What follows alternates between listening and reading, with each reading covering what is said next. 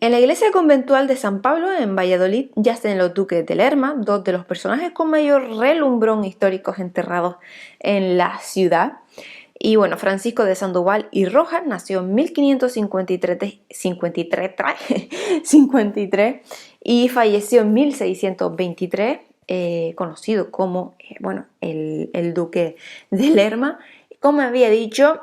Y bueno, fue, por si no lo saben, aquel valido del rey III, considerado aún hoy uno de los tipos más corruptos y caraduras que han pisado este país al amparo de la monarquía. ¿Vale? Vamos, lo que son casos Gürtel, la Operación Malaya, todos estos casos que han habido en todos estos años, es que juntos son una pantuflada china comparados con los negocios que organizó el duque por la gracia de su cargo y para lucro personal. Atentos. Fue el duque quien convenció a Felipe III, que verdad que él era un rey con menos luces que una patera, pero bueno, lo convenció para trasladar la corte a Valladolid y él mismo más tarde persuadió al monarca para devolverla a Madrid, ¿no? Y bueno, en los dos casos el noble había tejido previamente su red inmobiliaria para sacar un jugoso partido a tanta ida y venida de la corte. Es que el poder del tío era tal que en una ocasión, pues un cargo de la corte que no tenía forma de entrevistarse con el duque de Lerma acudió directamente a ver al rey. O sea, imagínense. Y bueno, incluso Felipe II le sugirió que hablara directamente con el duque de Lerma para solucionar su problema. A lo que su interlocutor contestó: si yo pudiera hablar con el duque no habría venido a ver a vuestra majestad. Y bueno, en julio de 1603, cuando Valladolid disfrutaba de su condición de capital, murió la duquesa de Lerma, que era Catalina de la Cerda, y su esposo fue capaz de montar una farsa con el cadáver de su esposa para no renunciar a la pompa que él pretendía dar al entierro. Catalina de la Cerda nació en Cigales, Valladolid, pidió ser enterrada en Medinaceli, en Soria, se murió en Buitrago del Lozoya, en Madrid, y acabó recibiendo sepultura en Valladolid. ¿Por qué el duque de Lerma no hizo caso de los deseos de su mujer de reposar junto a sus padres, los duques de Medinaceli?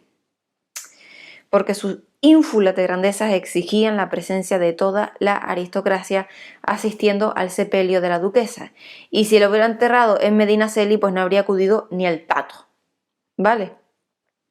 La muerte de la duquesa Catalina de la Cerda en Buitrago del Lozoya, a 100 y pico kilómetros de Valladolid, fue un grave contratiempo para el duque, que era incapaz de renunciar a que toda la corte acompañara al entierro. Y bueno, Francisco de Sandoval, en plena calorina, organizó un cortejo fúnebre con exagerada parafernalia que tuvo que atravesar los fresquitos campos castellanos desde Buitrago hasta Valladolid en aquel julio de 1603. Y bueno, y lógico que pues aquello que empezó a oler, ¿no?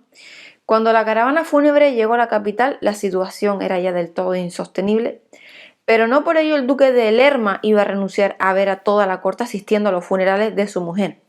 Y estaba claro que no podía seguir paseando el cadáver de Catalina por las calles vallisoletanas, dado el tufillo que la duquesa corrupta dejaba a su paso, porque habrían caído fulminados todos los asistentes en 200 metros a la redonda, ¿vale?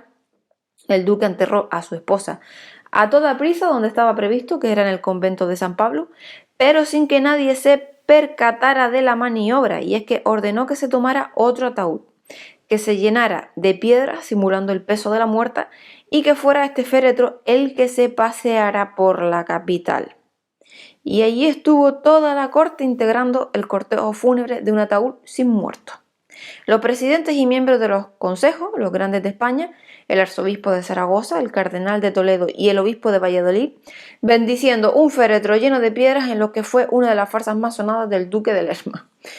Ya 20 años después, el duque acompañó a su esposa en el sepulcro, no sin antes haber encargado al gran escultor Pompeo Leoni dos magníficas estatuas orantes para presidir la sepultura de la iglesia conventual de San Pablo. Lo hizo por pura envidia, porque el artista italiano ya había realizado por encargo de Felipe II los dos grupos escultóricos funerarios que presiden los cenotafios de Carlos V y del propio Felipe II, y bueno, pues acompañado cada uno por sus esposas, instalados en los laterales del altar mayor del monasterio del Escorial. Y bueno, el claro capricho del duque de Lerma se ha interpretado como un deseo de rivalizar con los reyes. Las esculturas se exhiben ahora en el Museo Nacional de Escultura de San Gregorio en Valladolid, alejadas de su dueño, los duques. Y un detalle más, en el mismo museo hay otro grupo escultórico en el que merece la pena fijarse, y es que se trata de La Piedad, una obra del imaginero barroco Gregorio Fernández, en la que se ve a la Virgen con Cristo en su regazo y después del descendimiento, ¿no? Y a los dos ladrones crucificados que acompañaron a Jesucristo en la cruz. Bueno, no hay que dejar de fiarse en la cara del ladrón de la izquierda, y es que es el rostro del duque de Lerma, con su bigote y su perilla, o sea, 3 hurras por el fino humor de Gregorio Fernández.